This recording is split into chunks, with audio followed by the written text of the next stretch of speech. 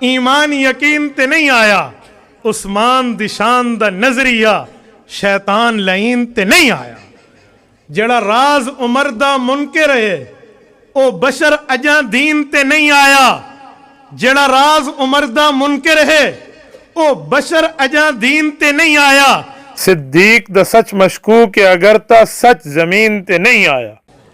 میں ہاتھ جوڑ کے مولوی صاحب سے ایک سوال کرتا ہوں یار، فتویٰ نہ لگانا، گولی نہ چلانا، گستاخی کا ٹائٹل نہ دینا، بس مجھے جواب دے دینا۔ حضرت ابوبکر صدیق نے وہاں کہا کہ مجھے دفن کرو، کس حق سے؟ حضرت عمر بن خطاب وہاں دفن ہوئے، ان کے باپ کی وراثت تھی، کس حق سے؟ بلکہ اہل سنت کی کتابیں بڑی بڑی ہیں۔ امت مسلمہ میں جو سب سے بڑا ڈسپیوٹ ہے، جو سب سے بڑا تنازع ہے، جو سب سے بڑا اختلاف ہے، وہ فدق ہے۔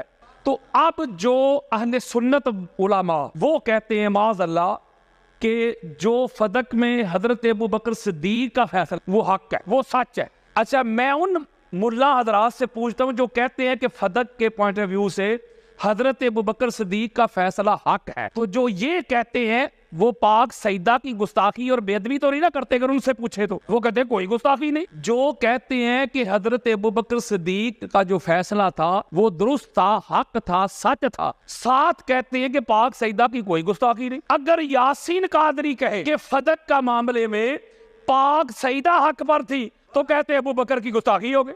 مولوی صاحب کہتے ہیں کہ ابوبکر صدیق کا فیصلہ حق ہے، انہوں نے حدیث پڑھی لا نورث ما ترکنا صدقۃ، انہوں نے حدیث پڑھی، ٹھیک کہا انہوں نے، کہتے کوئی پاک سیدہ کی بے ادبی نہیں۔ میں کہوں کہ پاک سیدہ حق پر تھی تو کہتے تو نے گستاخی کر دی۔ یارو یہ درنگی تو نہیں نہ ہونی چاہیے، پرکھنے کا معیار تو ایک ہونا چاہیے نا۔ اس کا مطلب ہے کہ صحابہ کے لیے تیرا پیمانہ اور ہے، اہل بیت کے لیے تیرا پیمانہ اور ہے۔ ہماری بخاری میں اور مسلم میں مسند احمد بن حنبل نے پوری سیاستہ میں یہ احادیث کثرت کے ساتھ آئی ہیں۔ اور اگلی بات سنیں، جو حضرت ابوبکر صدیق کا دفاع کرتے ہیں اس معاملے میں، کوئی ایک بندہ آپ کو ایسا نہیں ملے گا جس نے اس حدیث کی سند پہ گفتگو کی ہو۔ سند اتنی تگڑی ہے، سند میں ہستیاں تو دیکھو۔ اس فدق والی جو روایت ہے اس کو روایت کرتی ہیں ام المومنین حضرت اما عائشہ صدیقہ۔ اب کہو ضعیف، وہ جو ہے ہی صدیقہ یار، وہ روایت کر رہی ہیں، عبداللہ بن زبیر روایت کر رہے ہیں، ابن شہاب زہری روایت کر رہے ہیں۔ ایک بندہ بھی سند میں ایسا نہیں جس کے بارے میں کوئی مائی کا لال جرا کر سکے۔ ہماری صحیح بخاری میں یہ روایت موجود ہے کہ جب پاک سیدہ، دو روایات ہیں، سرکار عباس بن عبد المطلب کے ساتھ خلیفہ اول کے دربار میں حاضر ہوئی اور مطالبہ کیا فدق کا۔ بڑی خاص بات دینے لگا ہوں، جب انہوں نے مطالبہ کیا آگے سے حضرت ابوبکر نے کہا کہ حضور نے فرمایا تھا لا نورث ما ترکنا صدقۃ، ہمارے انبیاء کا کوئی ورثہ نہیں، ہمارا کوئی وارث نہیں، نہ ہم کسی کے ہیں۔ تو لہٰذا یہ روایت آگے انہوں نے پڑھی، یہ ہے خبر واحد، یعنی حضور علیہ الصلوۃ والسلام حضرت ابوبکر صدیق کے کان میں تو نہیں نہ کہہ گئے تھے کہ انبیاء کا کوئی وارث نہیں ہوتا، یعنی انہوں نے یہ آگے سے جب حدیث پڑھی تو پاک سیدہ نے قرآن مجید فرقان حمید سے متعدد آیات پڑھی، تو یار انبیاء کی وراثت پہ۔ حضرت زکریا علیہ السلام نے جب اللہ کی بارگاہ میں دعا کی یحییٰ کے لیے تو انہوں نے ایک جملہ کہا ہے انی خفت الموالیہ، مجھے اپنے رشتہ داروں سے خوف ہے، انی خفت الموالیہ، مجھے اپنے رشتہ داروں سے کیا ہے؟ خوف ہے، خطرہ ہے کہ میرے بعد یہ میرے جو مال ہے، جو جائیداد ہے، اس کو یہ ہڑپ کر لیں گے۔ صحب لی من لدنک ولیہ، تو اس لیے مجھے اپنی بارگاہ سے ولی عطا کر۔ درمیان میں ایک اور جملہ ہے وکانت امراتی عاقرا، میری جو زوجہ ہے وہ ذرا ضعیفہ ہو چکی ہے، لیکن اس کے باوجود بھی مجھے اپنے رشتہ داروں سے ڈر ہے، خوف ہے، خطرہ ہے، تو مجھے ولی دے۔ کس لیے ولی دے اے اللہ کے نبی؟ کس لیے؟ یارثنی و یارث من آل یعقوب، اس لیے دے مولا تاکہ وہ میرا بھی وارث بنے اور آل یعقوب کا بھی وارث بنے۔ آپ امام قسطلانی کو پڑھ کے دیکھ لیں، امام ذہبی کو پڑھ کے دیکھ لیں، اور ابن حجر مکی کو پڑھ کے دیکھ لیں، یعنی کٹر سے کٹر بندہ امام ذہبی، ناسبیت کا بہت بڑی شخصیت، ہر ایک نے لکھا ہے کہ جو روایت قرآن سے ٹکرائے اس روایت کو قبول نہیں کیا جائے گا۔ امام اعظم ابو حنیفہ کا فتویٰ ہے، امام شافعی کا یہ فتویٰ ہے، امام احمد بن حنبل کا یہی فتویٰ ہے، امام مالک کا یہی فتویٰ ہے۔ اب میں سیدھی سی بات آپ سے پوچھتا ہوں، حضرت ابوبکر صدیق نے جو خبر واحد پڑھی تھی کہ حضور نے فرمایا کہ انبیاء کا وارث کوئی نہیں ہوتا، نہ یہ ہم بنتے ہیں نہ کوئی ہمارا بنتا ہے، یہ ہے خبر واحد، یہ قرآن سے ٹکراتی ہے کہ نہیں؟ اگر قرآن سے ٹکراتی ہے اور خبر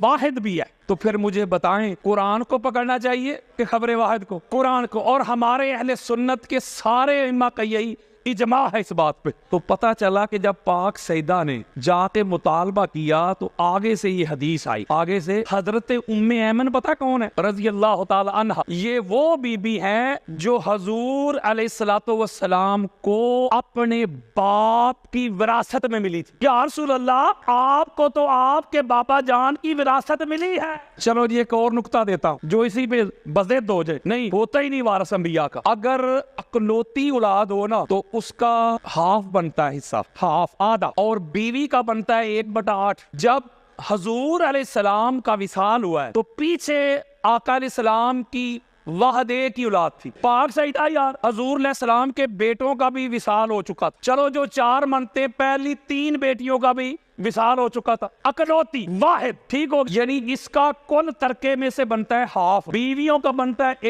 1/8۔ میں ہاتھ جوڑ کے مولوی صاحب سے ایک سوال کرتا ہوں یار، فتویٰ نہ لگانا، گولی نہ چلانا، گستاخی کا ٹائٹل نہ دینا، بس مجھے جواب دے دینا۔ آپ کہتے ہیں کہ حضرت ابوبکر صدیق نے کہا کہ انبیاء کی وراثت نہیں ہوتی، اس لیے جب حضور کی وراثت ہے ہی نہیں تو حضور علیہ السلام کا جو چھوڑا ہوا ترکہ ہے اس میں سے بی بی آپ کو کچھ نہیں ملے گا۔ بخاری میں لفظ ہے ایک چیز نہیں ملے گی، ایک شے نہیں ملے گی۔ میں ہاتھ جوڑ کے پوچھتا ہوں، کسی کے بڑے قبروں سے بھی نکل کے آ جائیں گے، کوئی مائی کا لال میری بات کو رد نہیں کر سکے گا۔ بیٹی جو ساری ترکے کی وارثہ تھی اس کو تو کچھ نہیں ملا، اور بیویاں جو 1/8 کی حصہ دار تھی۔ میں پوچھتا ہوں مولوی سے، کوئی ضعیف روایت بھی لے کے آ، میں وہ بھی قبول کروں گا کہ حضرت ابوبکر صدیق نے کہا کہ بیٹا عائشہ، انبیاء کی وراثت نہیں ہوتی۔ جب تک حضور ظاہراً حیات تھے آپ کو اجازت تھی کہ رسول اللہ کے گھر میں رہے، اب چونکہ رسول اللہ کا ہو گیا وصال تو وراثت ان کی ہے ہی نہیں، وارث کسی نے بننا ہی نہیں، تو رسول کا گھر چھوڑے اور میرے گھر میں آئے۔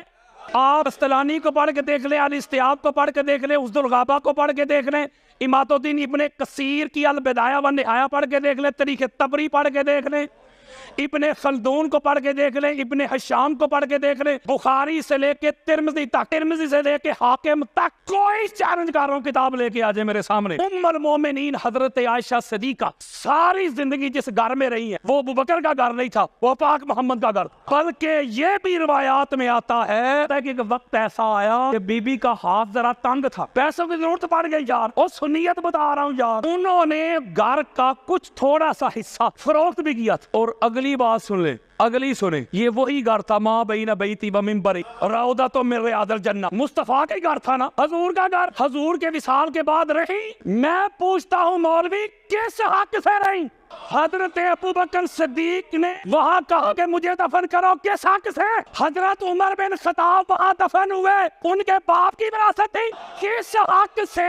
بلکہ اہل سنت کی کتابیں بڑی پڑی ہیں۔ جب مولا حسن علیہ السلام کا ان کی شہادت ہوئی، ان کی جب تدفین ہونے لگی تو حضور علیہ السلام کے ساتھ کرنا چاہتے تھے مولا حسین بادشاہ سرکار، اور ام المومنین حضرت عائشہ صدیقہ سے پوچھا گیا جا، انہوں نے کہا نہیں یہ جگہ میں نے اپنے لیے رکھی ہوئی ہے، بڑی خاص بات ہے بچوں سے کتاب نے، یہ جگہ میرے اپنے لیے، میں اجازت ہی نہیں دوں گی۔ ان کو دفن نہیں ہونے دیا، بلکہ مروان بن حکم لعنتی نے اپنے پورے ساتھیوں سمیت مولا حسن بادشاہ سرکار کے جنازے پہ تیروں کا می برسایا۔ یارو جن کا حق ہی نہیں بنتا، نبی کی وراثت ہی نہیں ہوتی، تو یہ کیسے بن گئے؟ جب نبی کی وراثت تقسیم نہیں ہوتی ذرا عدل کے ساتھ فیصلہ کیجئے گا۔ جو آگے الفاظ ہے نا بخاری میں مسلم میں، جب بی بی نے دلائل دیے، جب بات قبول نہ کی گئی تو پھر الفاظ آگے بخاری میں مسلم میں مسند احمد بن حنبل، فہاجرت فغاضب، کہ پاک سیدہ پھر غضبناک ہو گئی، ناراض ہو گئی، خفا ہو گئی، تعلق توڑ لیا، لا تکلمہ حتی ماتت، یہاں تک جب تک پاک سیدہ ظاہراً حیات رہی